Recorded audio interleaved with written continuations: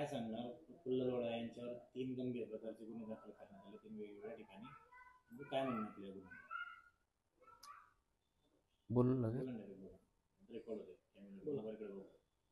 हे तिन्ही गुन्हे खोटे आहे.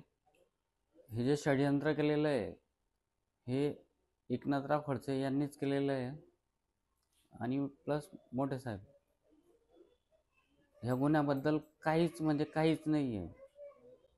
या गुन्ह्यांचा हनी ट्रॅपशी संबंध जोडला जातो, नेमका असा प्रकार आहे का? काहीच नाही. हनी ट्रॅप काय संबंध आला हनी ट्रॅपचा? नाही आमचा. हनी ट्रॅप जर असता समजून घ्या तर आम्ही आज नोटांमध्ये खेळलो असतो, पण आज आमच्याकडे काहीच नाही. हा फक्त पब्लिसिटी स्टंट आहे की स्वतःकडे अटेन्शन सीक करायचं. खडसेंनी आरोप केला आहे की गेल्या काही वर्षांमध्ये आपली संपत्ती करोडोंनी वाढलेली आहे. आमची संपत्ती जी आहे ती कोणी येऊन चौकशी करावी, ईडीने करावी, SITने करावी, कोणीही करावी. आम्ही आता सगळ्यात पहिले तर खडसेंवरच केस टाकतोय मी. म्हणजे ते 300 कोटीचं जे मालमत्ता होती त्यांना जो दंड बसला होता 300 कोटीचा, त्या प्रकरणी त्यांच्यावर हायकोर्टमध्ये केस टाकणार आहे मी की ती कॅन्सल कसं काय झाली. मधल्या कालखंडामध्ये एकनाथराव खडसे यांच्यावर देखील काही गंभीर प्रकारचे आरोप फुल्लरोळा यांनी केले होते.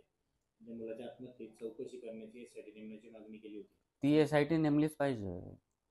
कारण निखिल भाऊची म्हणजे माझे पप्पा जे ते निखिल भाऊंचे एवढे निकटवर्तीय होते की जसं मित्र असतो त्या प्रकारे होते, तर त्यांची चौकशी झालीच पाहिजे त्या गोष्टीची. गिरीश महाजन आणि रामेश्वर नाईक यांच्याकडून माझ्या जीवाला धोका आहे असं 2020 मध्ये फुल्लरोळा यांनी म्हटलं होतं. काय प्रकार होता तो त्यावेळेस काय मतभेद त्यांचे थोडेसे काही गोष्टीवरनं, हे काम करून द्या भाऊ, ते काम करून द्या भाऊ, त्या हिशोबाने त्यांचे मनभेद झाले होते. ते मनभेद जेव्हा दूर झाले ते ॲक्च्युली मनभेद बी क्रिएट करणारे लोक जे होते ते हेच होते, माजी गृहमंत्री अनिल देशमुख आणि एकनाथराव खडसे. त्यांनी ते क्रिएट केले, पण जेव्हा ते दूर झाले त्याच्यानंतर परत आम्ही BJPमध्येच येऊन गेलोय. आता मुंबईला गुन्हा दाखल झाल्यानंतर आपल्या जळगावातल्या मालमत्तांची झाडाझडती घेण्यात आलेली होती. हो. वस्तू ताब्यात घेतल्या पुढे जळगावमधून नाही घेतलं काही. जळगावमध्ये काहीच नव्हतं. इथे जामनेरमध्ये होतं. जामनेरमध्ये एक लॅपटॉप होता, 2 पेनड्राईव्ह होते. खडसे म्हणतायत की तुमच्या घरातल्या काही वस्तू आहेत ज्या समोर आल्या की मोठा गौप्यस्फोट होईल, CD पेनड्राईव्ह काय आहे? ते एकदम चुकीचं म्हणताय खडसे. त्यांना फक्त आता पब्लिसिटी स्टंट पाहिजे. त्या माणसाला आता अटेन्शन कोणीच देत नाही.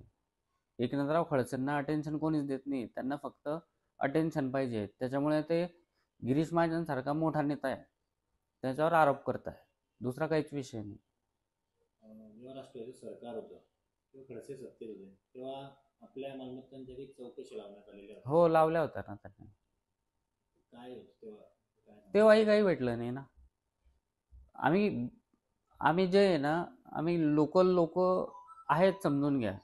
आम्ही ग्राउंड लेवलचे लोक आहे, पण आमची जे बापदादांची प्रॉपर्टी जे आहे ते आम्ही ऑलरेडी करोडपती.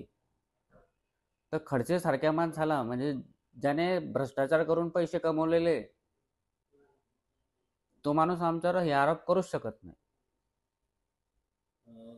गिरीश महाजन यांच्यावर जे आरोप केले जात आहे ते आणि फुल्लरोळा यांच्यावर जे गुन्हे दाखल झाले, फुल्लरोळा यांच्यावर जे गुन्हे दाखल झाले, या आपलं काय म्हणणं आहे? एकदम चुकीचं, 100% चुकीचे गुन्हे आहे. हा काहीच इश्यू काहीच नाही हनी ट्रॅप वगैरेचा. म्हणजे या दोघी नेत्यांना किंवा दोघांना बदनाम करण्याचा कट रचला जातोय असं आपण म्हणू शकतो. हो, 100% बदनाम करण्याचा कट. गिरीश भाऊ आणि फुल्लरोळा यांचे संबंध कसे आहेत? आमचे संबंध घरोबाचे संबंध आहे. तो काही विषयच नाही आहे. भाऊंचा जो विषय आहे, भाऊ म्हणजे आमच्यासाठी आजच्या तारखेमध्ये, कालच्या तारखेमध्ये दैवतच होते. दैवत आहेच आणि राहणारच.